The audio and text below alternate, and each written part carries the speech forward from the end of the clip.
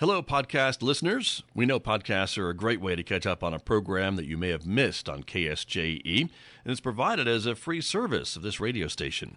But you know, KSJE is now listener supported, and so while you enjoy this podcast, we hope that you'll also take some time to join KSJE. Become a member today. It's quite easy to do. Just go to our website at ksje.com/support and pick the level of support that best matches your budget. Thanks again for listening. Here's your podcast.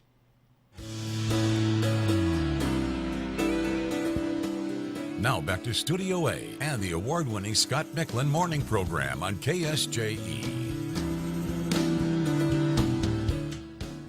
We have an extra segment for you this morning because one of our guests, Paul Reed, is joining me from Archaeology Southwest, of course, to talk about a pretty quick deadline for some comments about some proposed changes to the Chaco Canyon area in New Mexico, an area that Paul and I have talked about numerous times on KSJE. Paul is joining us remotely. He's coming out of the field for a brief talk with me, and I appreciate it. Paul, good morning. Thanks for being with me.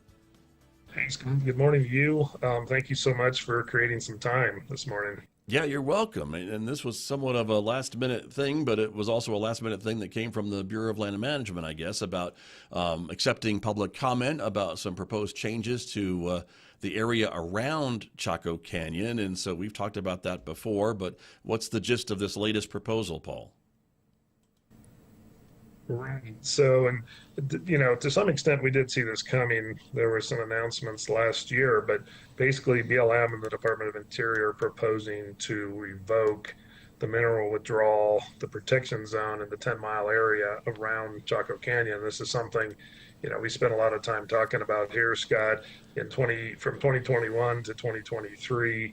Then Secretary Deb Haaland and the Department of Interior went through a very robust process to withdraw this 336,000 acres roughly from oil and gas development on the BLM lands, and really had over 90% overwhelming support to do this.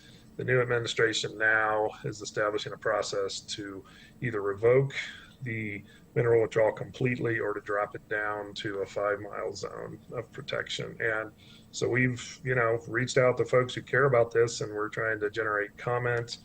The comment deadline for this initial protest period, as they've termed it at Department of Interior, is today at 5. So we've done big blitzes with Facebook, Instagram, other social media, and just trying to really have folks understand that if they're concerned and they want to protect not only the park at Chaco, but also the surrounding lands, now is really the time to speak up.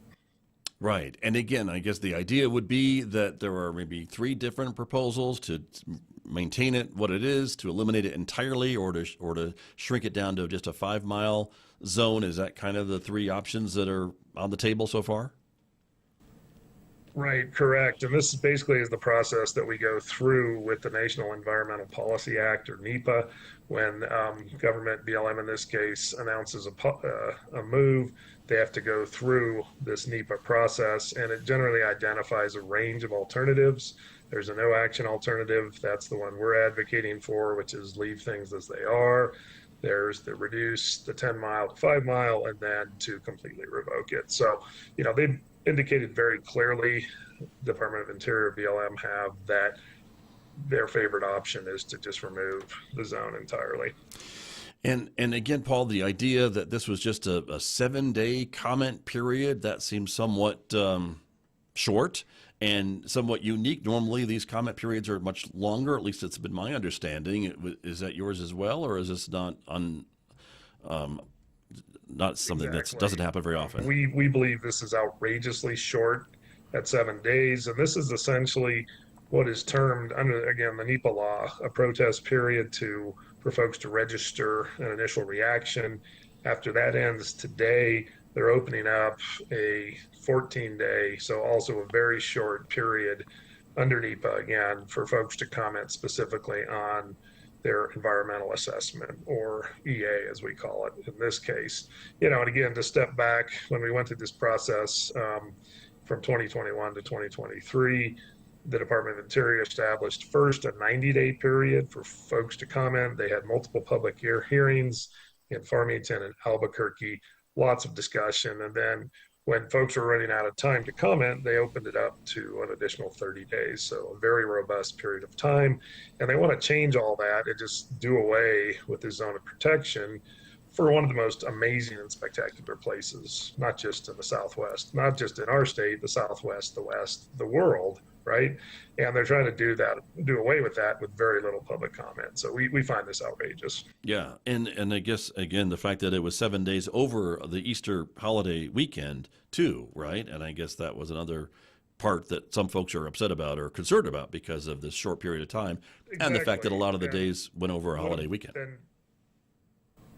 Yeah, exactly, Scott. It would have been just as easy to have done it a week before, 1 or 2 weeks after. There's no, crisis in terms of trying to put this change, to fundamental change to an area that so many people care about. There's no hurry here. So this does seem part of a deliberate action to sort of tamp down comments. What I'm happy to tell you at this point, and for people who support this, which again was very overwhelming during the last process, is that we're getting lots and lots, tens of thousands of comments are flowing in according to reports, and we want folks to continue to comment. And if folks object to this, please make your voices heard. Sure. And again, we're showing the website right now that has been set up to do that, protectchaco.org. I think you were telling me that the website is struggling with the amount of people that are trying to access it.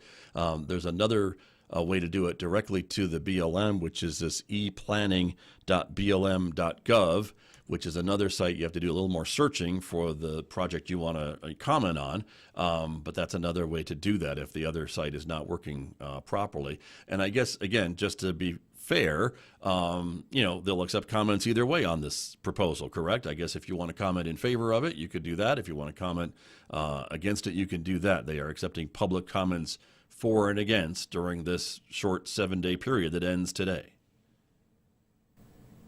Exactly, Scott. And this is what we've advocated all along for any of the public land advocacy and projects that our organization and many others are involved in. It's a public process, ideally, with enough time for folks on all sides of it. And I think there's more than two, typically, to get their voices heard and to get that information in. Right. Now, for the e-planning site specifically, for the address you gave, if folks search on revocation of Chaco withdrawal, 4 words, or even revocation Chaco withdrawal, that'll take them directly to the spot where they can, enter their wish, get their voices heard, essentially. Perfect. Okay.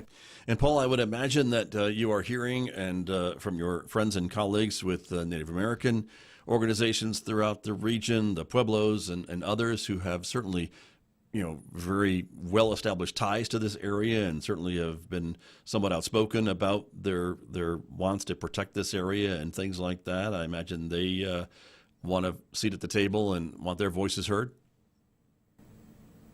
Yes, absolutely. I've been in touch. I was fortunate to go to Chaco yesterday with Joey Sanchez from Santa Ana Pueblo, who is the former governor there and who is the current chairman of the All Pueblo Council of Governors, or the APCG.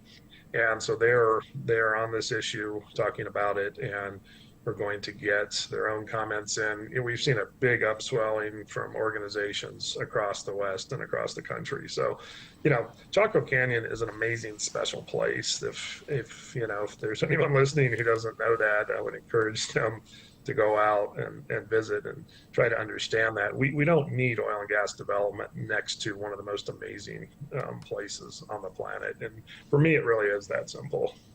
Right. And I know you've talked before about how there's a lot of other places, a lot of other lands that are open for development besides this area around Chaco. And so that's kind of been I guess, maybe the compromise over these many decades of talking about this. Exactly. There are areas, in many areas of the country in the West and our state have significance to different groups, but there are areas that have less concerns, less cultural concerns, less environmental concerns. So, and it is sometimes difficult to try to scale these things and say this place is more important than that place. But I think with Chaco Canyon, this to me is a complete no-brainer.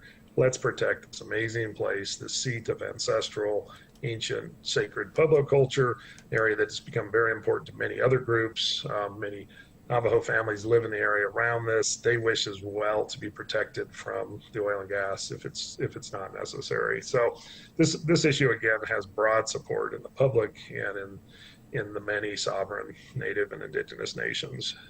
Right. Very true. Well, Paul Reed, I do always appreciate your time, especially to pull you in from the field to talk to me about this really important deadline-centric conversation this morning. Again, the public comment period is set to close later on today, and the website's protectchaco.org, or again, you can go to the other BLM site as well that we shared earlier. Let me get that address again, the eplanning.blm.gov, and do a search for Chaco Canyon, and I think that would probably bring it up for you. But that's the ways to put your comment in before the deadline today. Right, and if folks want to search on my name, Paul Reed and Archaeology Southwest, that'll get you my email very easily. If there are any issues or questions, I'm certainly glad to communicate, talk to anyone. Very true. You're always available for me, I know, and for others too. So appreciate it, Paul. Thank you for your time, and we'll catch up again in a few more weeks. Sounds great. Thank you so much, Scott. You're welcome. That is Paul Reed, Archaeology Southwest, again, talking about the end today in just a few more hours of the public comment period for this proposal to change the protections around Chaco Canyon on BLM land. Did you enjoy that podcast? We hope that you did. And if you did, share it with your friends. And if you really want to keep podcasts like this coming, please support KSJE. You can do it easily online at ksje.com.